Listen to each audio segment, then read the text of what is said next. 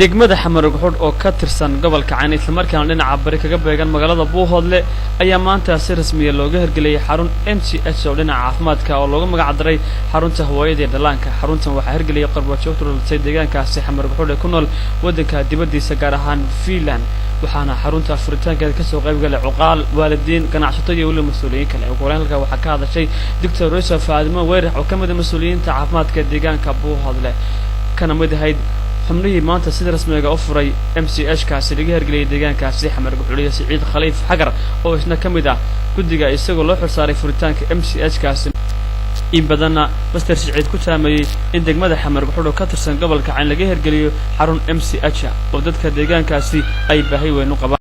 maalintii ugu horeysay ee xarun caafimaad ee ah xanaanada hooyada iyo dhalaanka loo furo degmadan ama deegaanka xamarug xudh. deegaankan oo ah deegaan aad u ballaaran run ahaantiina safeer iyo xiga muxuu tuulooyin badan oo sab-district oo tuulooyin aniga iyaga ka hooseeya ay hoos tagaan baahi caafimaad oo aad u fara badan jirtay. guusha waxaa hantiyay dadka qurba joogta ah ee deegaanka u dhashay xamarug xudh u dhashay ayaa guusha hantiyay. iyaga ayaa keenay inay maaragtay barnaamijkan maanta haddeerto xanaanada hooyada iyo dhalaanka la furo. qaar waliba ka mid ah qurba joogta oo dhan maaha, qaar degan Yurub ayaa barnaamijkan hindisay.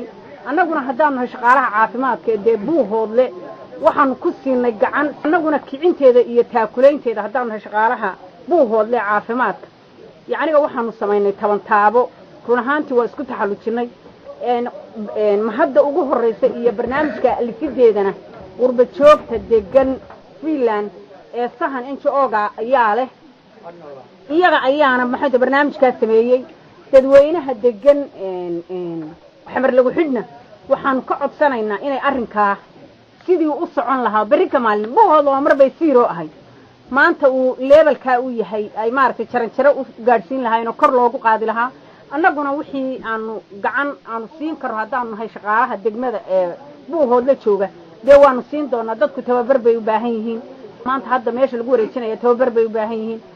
waxaa ka qayb qaatay hay'adda UNICEF oo nasiisay talaagadan ugu deeqday isla markaana haddeerto rabta inay dhismo ka samayso dhismihii dhulka ay u samayso suduwaha caafimaadka oo nasiiyay Dr. Cabdi Yaasiin oo nasiiyay oo yacniga noo saxeexay sidii aanu u heli lahayn dhismaha. waxaan nahay manin caafimaad laakiin waxaan nahay guddida qabanqaabada ee hawsha ka waday. waxa ilaahay maadiisa inay xamarug xudh ka suurto gashay maanta meel ka madax bannaan meheradaha dadku sida businesska ay u iibsadaan ee daawada meel ka madax bannaan oo ummaddu u siman tahay deegaanka xamarug xudh. qof weyn iyo qof yar, hooyo iyo carruur, meel kastoo daan kastoo magaalada laga joogo inay u sameeyeen dadku inaanu furnay. waxaan leenahay taas waa mid talabaadaan leenahay waxa weeye waa shay dhiirigelina. adduunyada waxaa laga yaqaanaa shilinkaaga shilin keenso aan shilinku ugu daro, laakiin lama yaqaano wax ka jirana ma aha adduunka shilinka jeebkaa ku jira qof siid. waxaa loo baahan yahay xamarug xudh inay taageeraan MCH-ka, inay sida uu shaqayn lahaa ka shaqeeyaan, inay ilaaliyaan nabadgelyadiisa, horumarkiisa ka fikiraan. waxa maanta qurba joogta iyo hay'aduhu labaduba diyaar leeyihiin inay dhismihii bixiyaan.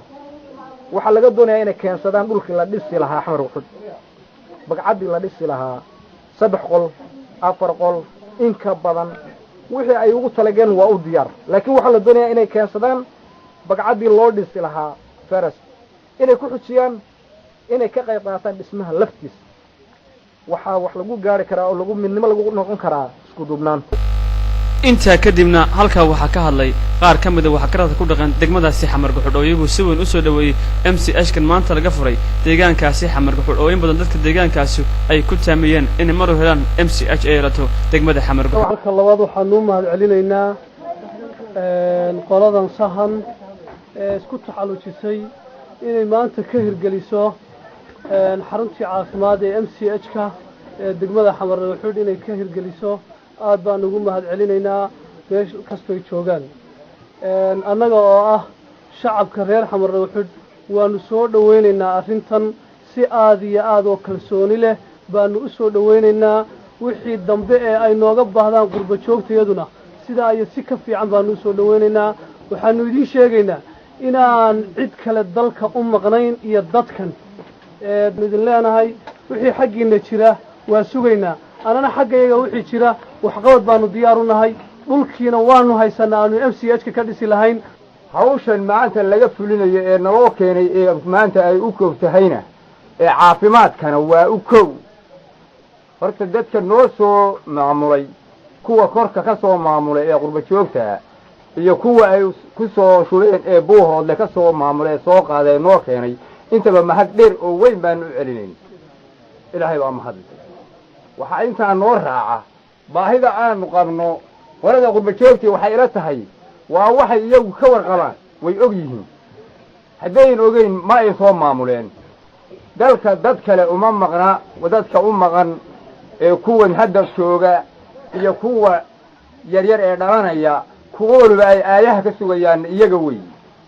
dadku dawlad kale ma leh oo maamusha yalla ajligeeda annagoo idiin mahadnaqaynaa oo idiin soo dhaweynayna baahida iyaduna MCH way ka fara badan tahay isbitaal baanu u baahnay waxaan u baahnahay dugsi sare hadda koose dhexe noo dhisan 6 fasal oo ka mid ah dibad joogta ayaa noo dhistay waan ugu mahadnaqaynaa qurba joogta noo dhistay dugsi sare waa u baahnay dan deegaanka xamar u nahay deegaan ballaaran baanu nahay waanu idiin mahad celinaa cid kasta oo ilaa degmada ilaa dibadda ka qayb qaadatay mahad ballaaran baanu u celinaynaa waxaanu rajaynaynaa inaad waxqabadkiina noo soo kordhisaan inaan maanta halkan laga furo deegaankan xamar lagu xidh MCH ugu horeeyay ee rug caafimaada oo deegaankan laga xamar lagu u yeesho iyadoo ay ku mahadsan yihiin qoladii qurba joogta ahayd ee arrinkan iyo fikirka keentay iyo cid allaale iyo ciddii kale ee ka qayb gashay qolada bahda caafimaadka reer buuhoodle qolada UNICEF dhammaantood mahad ayaan halkan ugu jeedinaynaa haddaan nahay deegaanka xamar lagu xidh ugu dambayntiina waxaa lagu wareejiyey xarunta MCH-ka hooyada dhallaanka ee deegaankaasi xamar gaxud bahda caafimaadka u dhaqan degmadaasi waxaana lagu wadaa in MCH-kana wax weyn ka qabto kobcinta iyo waliba ka warqaadista adeegyada caafimaad ee bulshada ku dhaqan deegaankaasi xamar gaxud cali dhaktar telefishinka caalamiga ee Somali Channel xamar